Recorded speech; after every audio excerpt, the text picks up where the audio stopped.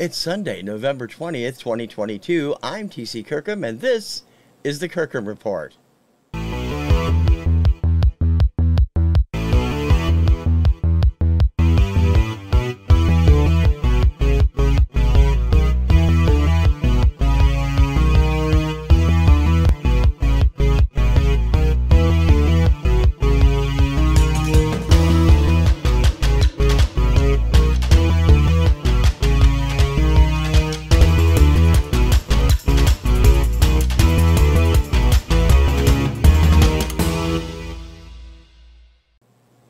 Greetings, guys and gals of the VC. I'm TC Kirkham, the Kirkham Report. We're here for another great show.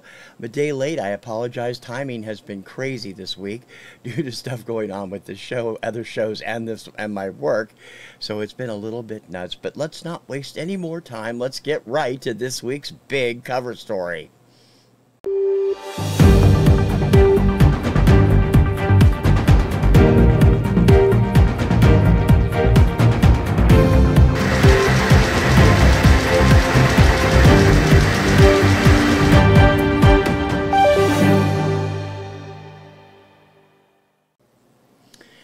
Well, you couldn't have any bigger fiasco than you had this week, and, well, it's been a long time in coming, and it isn't the first time the Ticketmaster has screwed up so badly.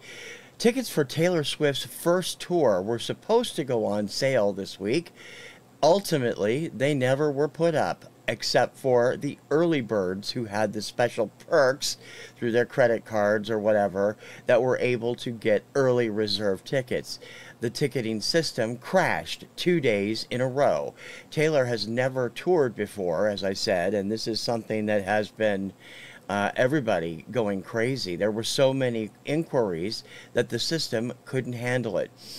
And it's pissed off a lot of people, not just Taylor Swift fans, but Taylor Swift herself is not happy, and Congress is not happy.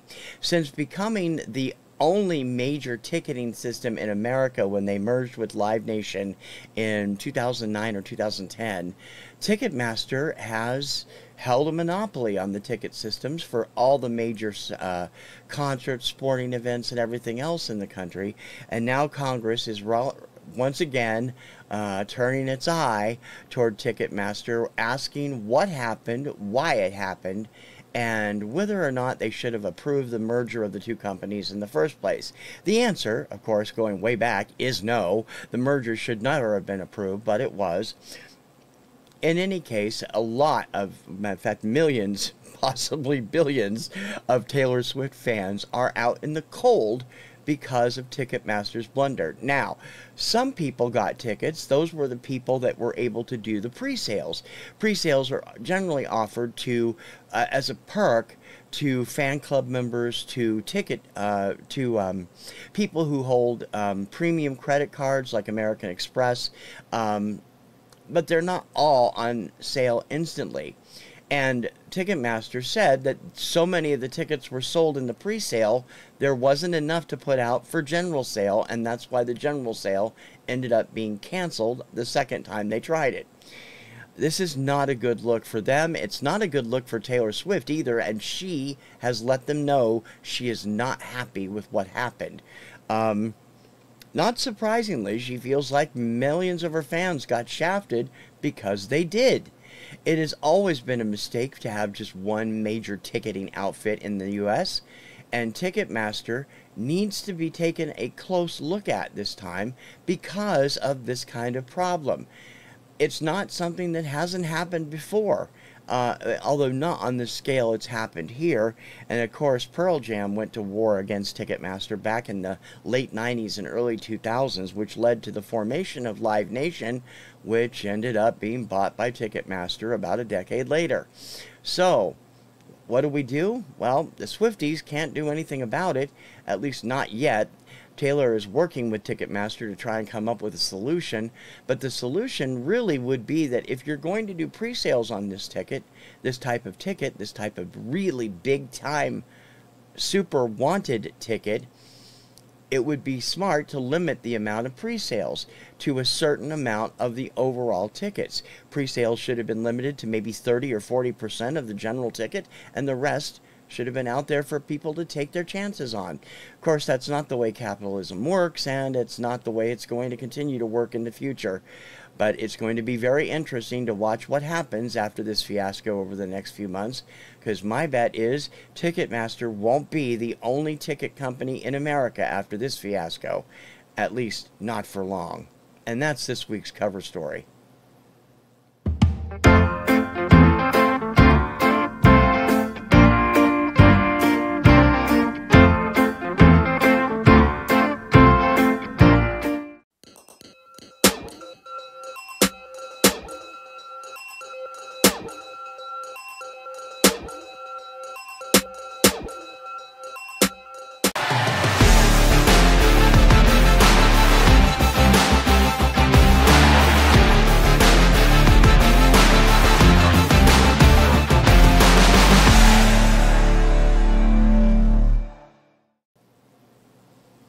I have a lot to get to on Out of the Box this week from a whole bunch of different places, so let's get started with the first one.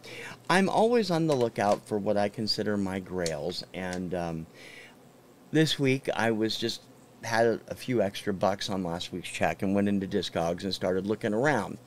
And a place called JHC1 Music, the dealership over there, had the 2 CDs I have been looking for quite some time by this gentleman. I don't know if you know who John Carroll is. Probably not if you're not a big fan of 70s music, but John had a very successful solo career in the 1980s in Washington, D.C. This is his first EP or album released in the early 2000s called Home and Away. And this is the more recent one, Love Returns. John was best known as the 4th member of the Starland Vocal Band. He was the young guy, the guy with the long hair that handled the really cool harmonies with Bill Danoff. Both of these solo albums have been highly prized by me for quite a while, but they were usually out of my price range, and thanks to JHC1 Music, I found both of them at decent prices. I paid under $50 for the 2 of them, and I cannot wait. I haven't had time to listen to them this week because of the crazy goings-on, but I cannot wait to hear them. It's interesting that it has led me to a few other things, discovering around the nucleus of what was the Starland Vocal Band, and I'll be checking those out and giving you future reports in the future, because as you guys know, I am a huge fan of theirs. In any case, JHC1 Music, thank you so much for putting both of these within my price reach. It's much appreciated. Next up, earlier this week, about a week ago, last Friday actually when it came out, I received an email from a music artist website that said they had just released a collection of their One Label's records on a CD set. And I looked at it and I'm like, wow, that's a great price. I'm going to grab that. So I did. Thank you to Neil Sedaka Music for producing All You Need Is the Music, The Electra Years, 1977 to 1981. This 2 CD set contains all 4 of Neil's Electra albums from the late 70s and early 80s, a song, All You Need Is the Music, In the Pocket, and the 4th one is, what's that one called? I can't even, oh, my light's not here. Now.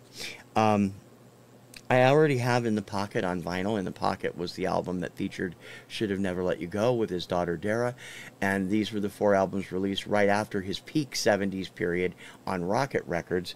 All of them are great. I've heard all of them. I have Neil on my Spotify. I listen to him all the time. But I'm very happy to add these 4 albums to my CD collection, and can't wait to listen to it. Neil is still going. He's in his mid-80s and still going strong. And if you haven't seen him, you can go visit his website at neilsedaka.com. He's still, I mean, he hasn't toured regularly since the pandemic, but he was still touring regularly up until then. And he continues to write and produce great new music. He is one of the true greats of the music industry. Neil Sedaka Music, thank you for making this available.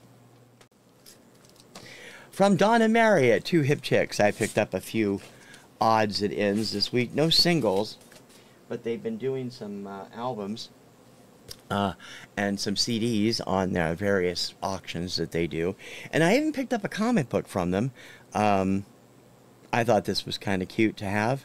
It is a comic of Hawk and Animal, the Road Warriors, from the World Wrestling Federation. I thought that would be kind of neat. It was a good deal.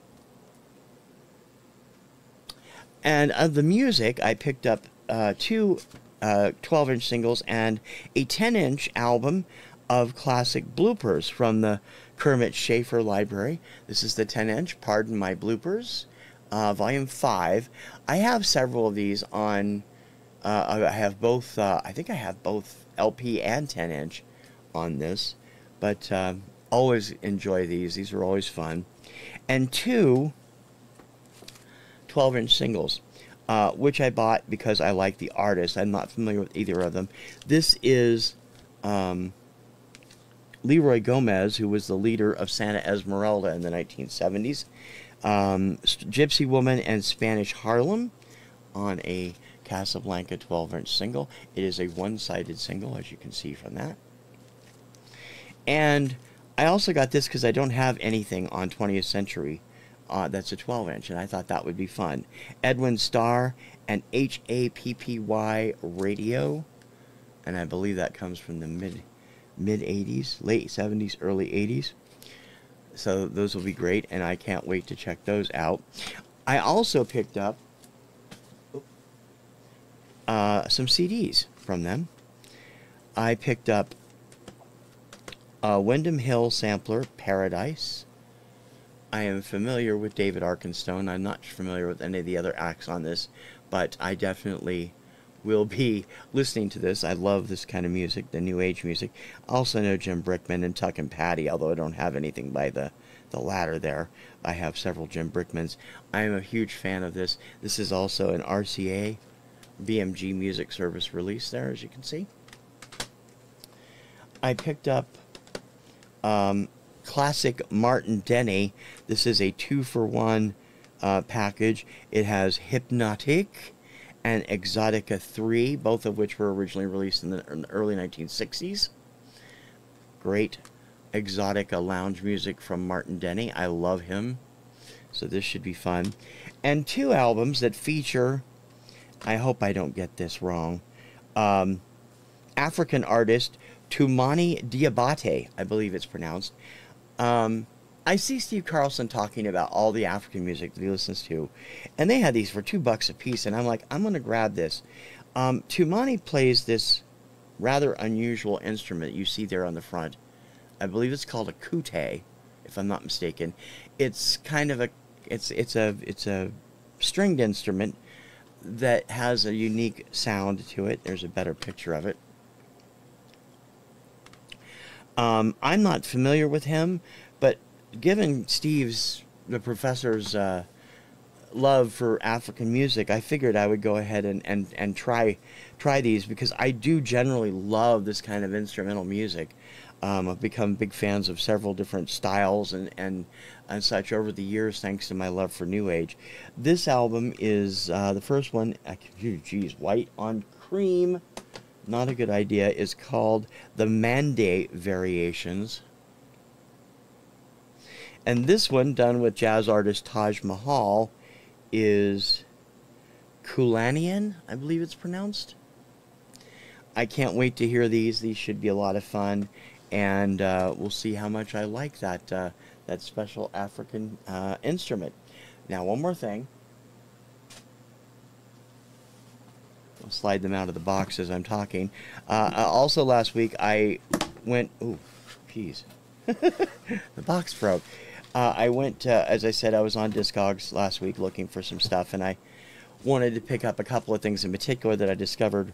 One of the things was missing from my collection when I did my influencers on Teen Idols a few weeks ago. And so they had a good price on it, and I grabbed it again from CD Warehouse, who I've ordered from before. This is Sean Cassidy's 1979 album, Room Service. He did not have any big hits off this album, but it does feature his great cover of The Box Tops the Letter. Also features Only Because of Love.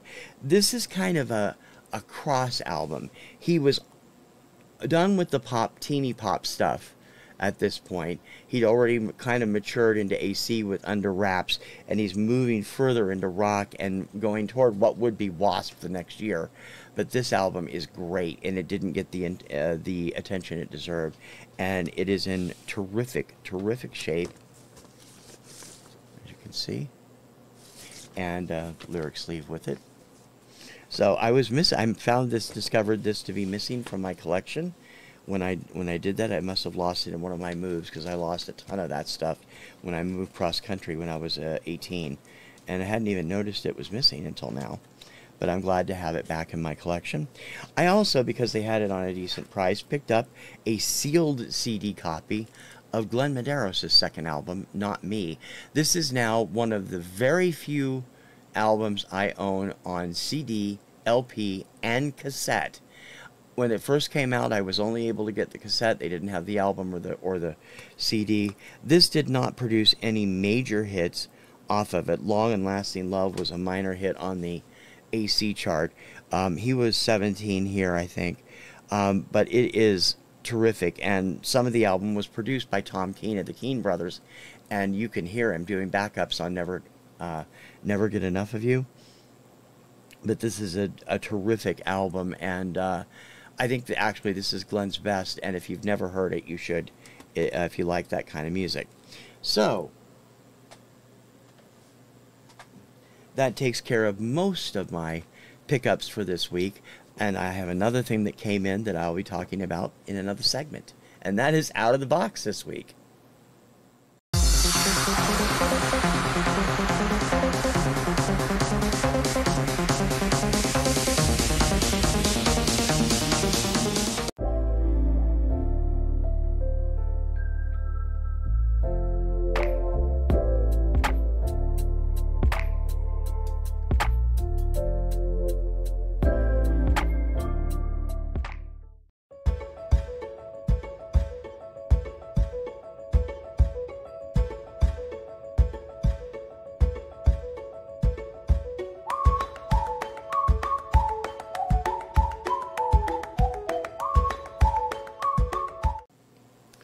One of the things I do every week, you guys know, is my Obscuria Vaults show. I do it every day at 11 a.m. Eastern.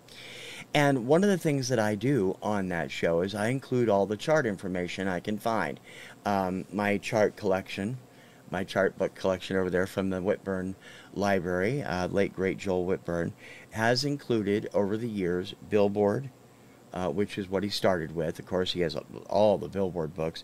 There's also access to the Cashbox Record World Pop Charts and the Radio and Records Mainstream Chart.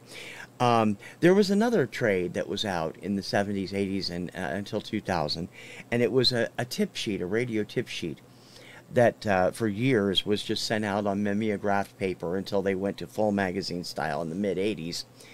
And they produced some of the greatest top 40 lists of all time, some stuff that didn't make the charts nationally, but did make the radio airplay list, and so on and so forth. I ordered this book when I found out it was coming out back in September, and it is here. This is Joel Whitburn Presents The Gavin Report, 58 to 2000. The Gavin Report is that influential tip sheet. The gentleman on the right is Bill Gavin. The one on the left is Joel Whitburn, who we lost earlier this year. This was Joel's final project, and his team is continuing to do more. But the differences in the Gavin Report and the other charts is sometimes astronomical. Captain Tennille actually hit #1 on the Gavin Report with 2 songs they didn't come close to #1 on Billboard, Lonely Night, Angel Face, and Muskrat Love. So take that, Muskrat Love haters. It's an interesting book, and I can't wait to include it as part of the chart information. I actually started it this week. There's a couple of Gavin Report notes on the first week of novelties. There's other charts I want to get a hold of. I talked about this in a contest entry I did for Happy Hippie. But there are some other charts I'd like to get, including I'd like to see them do the CMJ charts from the 80s through the 2000s. I'd like to see them do, I'd love to see them do other books for other charts in Cashbox, Record World, Radio and Records, the rock charts, the AC charts and stuff like that.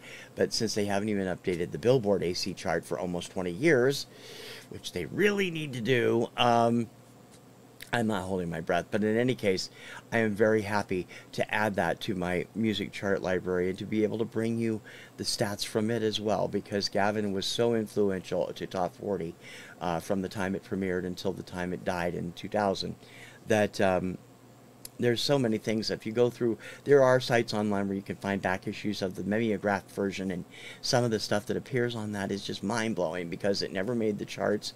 Some of them are regional hits. It's just so much fun to go through that. I've been like a kid in a candy store in my spare time and in between calls at work this week enjoying that book. So welcome, Gavin Report, to the Obscuria chart listings, and hopefully there'll be more in the future.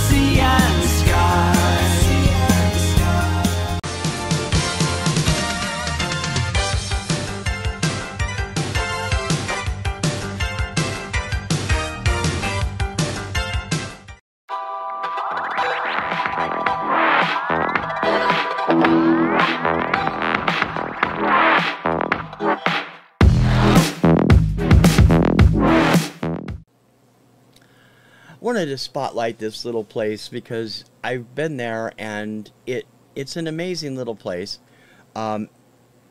It takes a little bit of time and effort to find, I discovered, but I love the website. They do have a Discog site, and they are definitely a vinyl champion, and we are happy to have them in the Boston area. The store is called Vinyl Index, and it is located in Somerville, Massachusetts. Vinyl Index is a small store. It's not very big at all. In fact, the time I was there, when I was looking for prizes for Robert Z's lottery, I was amazed at how small it was. It seems so big on the website. They have a great website where you can go in and take a look around. They're very much an eclectic store, although they have everything.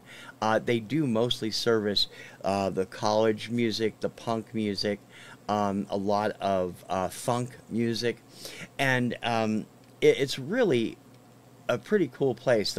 You walk into the door, and there's one big bin of records in the center, another one on the side, and along the back wall. And then if you go over to the left side of the little building, there's a coffee bar, and now they're also serving mixed drinks. I had a chance to chat with the person that was on duty when I was there, and they were very friendly and very kind. Unfortunately, they did not have what I was looking for, but I did enjoy finding it because I'd been wanting to get there for quite a while, and it was quite crowded. I went on a Friday, which was probably a mistake, but it's a very nice, well-organized place, and a really amazing store for people who love the punk scene, the college music, college rock music, all that stuff. You got a gold mine in this place. It is fantastic. They do have a Discog site. You can go on there and order from them there. They have a Kids 45 club where they find music suitable for children to do all kinds of different types of music. Now, the one drawback for this place, and I have to be honest, this is me. I have mobility issues. I have really bad knees, and the website did not indicate they were at the top of a very long, very high staircase. There was no elevator accessibility, so you have to climb this very long staircase to get to the second floor, and it's in about halfway around in this little shopping area called the Bow Street Market. I have to say, though, it was worth going and worth visiting, and I will probably go back again at some point to look around. The store itself is at 1 Bow Market Way. It's number 25. It's on the second floor, and they are open Wednesday through Sunday, 11 a.m. to 11 p.m. generally. Sundays and Wednesdays they're open until 7, and you can take a look at their website at vinylindex.com. If you are in the Boston area and want to trek out to Somerville to check it out, I urge you to do so, especially if you have that music interest in punk and college rock and funk and indie rock. It's an amazing place, and as I said, they're serving drinks of all types now.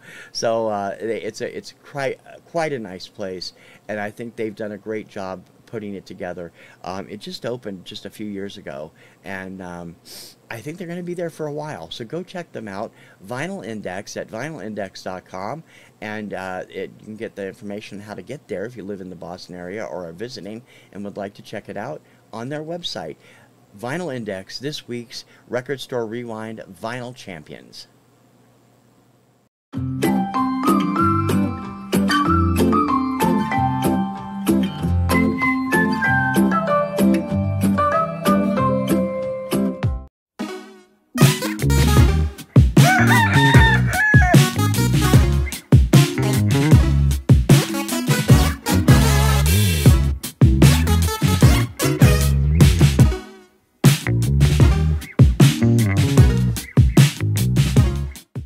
This week I want to do a shout out to a gentleman from Canada who I get a big kick out of. He happened to win second prize, I think it was, in my contest, and I love watching his videos. Jamie Cottle just put up this video last week about he got some free albums and 45s from a family friend whose mother was getting rid of her stuff, and I enjoyed watching that video so much. There were so many things in there.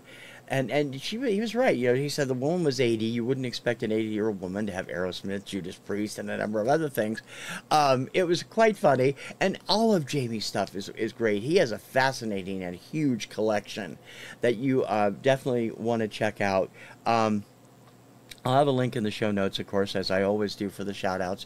I love watching Jamie because he's so much fun. I did feature him just a couple weeks ago when he showed off his Clash box set that he bought partially with the funds he won from my contest, and it was really fun watching that too, because he does such a meticulous job of this stuff. I enjoy watching his show, his channel all the time. He doesn't post as often as he used to, but he's really doing a lot of great stuff lately, and I urge you to go check him out. Jamie Cottle, one of the vinyl community's best, and I definitely think you need to check him out. He is this week's shout out of the week.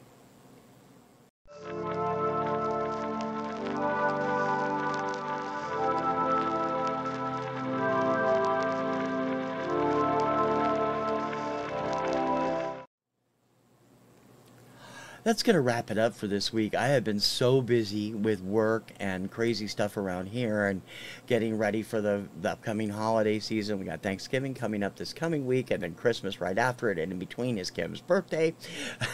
I have all of her birthday prezzies here, and I've ordered one of her Christmas prezzies. Working hard on it, but in any case, I hope that you will always enjoy the holidays, because it's going to be a crazy season. We will be doing a special Yuletide edition of the Kirkham Report, either this coming week or the week after, where we will run down some of the Christmas music that's coming out, all kinds of stuff.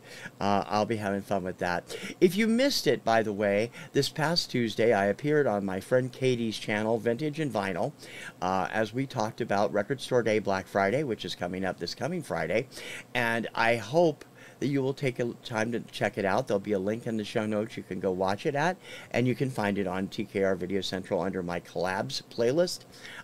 It was a lot of fun. It always is. Katie and I always enjoy talking about music with each other, and I think that, you know, we had made some good points about this year's Record Store Day Black Friday.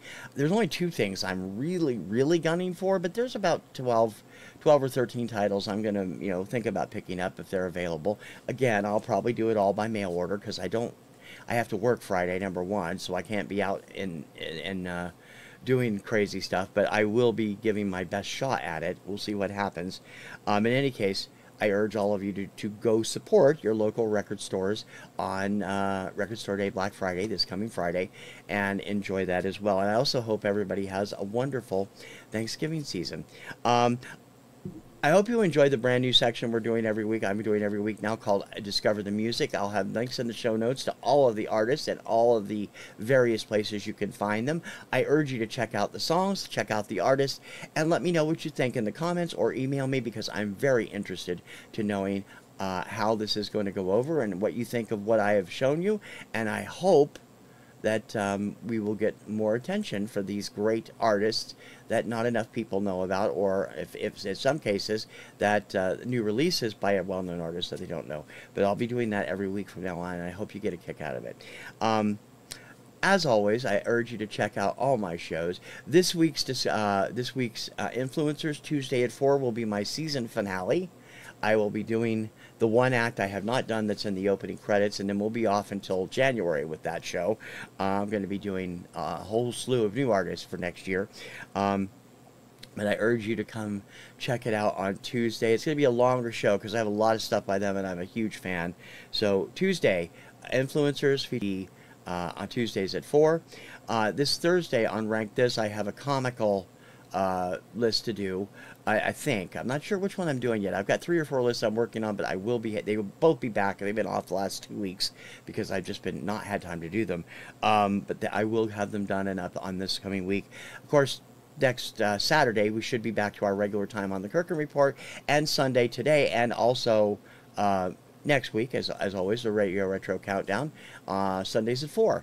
And the Kirkham Report normally on Saturdays at 4.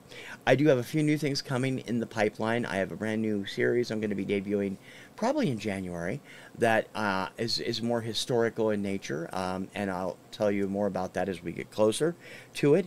Also, working on some other stuff, and I'm always looking to make people enjoy what I have and offer up new stuff. And of course, as I already mentioned, the Obscurious Vaults every morning, Monday through Friday at 11 a.m. Eastern. Another week of novelties. This week I got some interesting comments on some of the stuff I did this last week, and I got to catch up on my comments. I'm like 3 weeks behind. I'm so sorry. It has just been so hectic around here. But another week of novelties and 2 more weeks of regular music, and then we'll get into the holiday stuff, so it'll be a lot of fun. Don't miss also my Junior Eurovision coverage, which starts Monday. I pushed it back 1 more week because I'm timing it so it shows up, gets done right at the time the contest happens on December 11th, I believe. In any case, that'll be on the Kirkham Report website at thekirkhamreport.com. Don't forget to like and subscribe to the channel if you haven't done so already, and if you have done so, thank you. I really appreciate it, and please spread the word to everybody out there that I'm here. And thank you so much for the comments. I'm getting tons of comments. I haven't had time to answer them all. I'm going to do that, catch up on those today. So, thank you so much. And thank you so much for encouraging me and continuing to watch the show. I enjoy talking to you. I enjoy watching so many other channels, and I'm glad you enjoy this one. Until next time, as we head into the holiday season officially. I hope everyone has a wonderful, safe, healthy, and filling Thanksgiving this coming week. For the Kirkham Report, I'm TC Kirkham. Ciao, baby.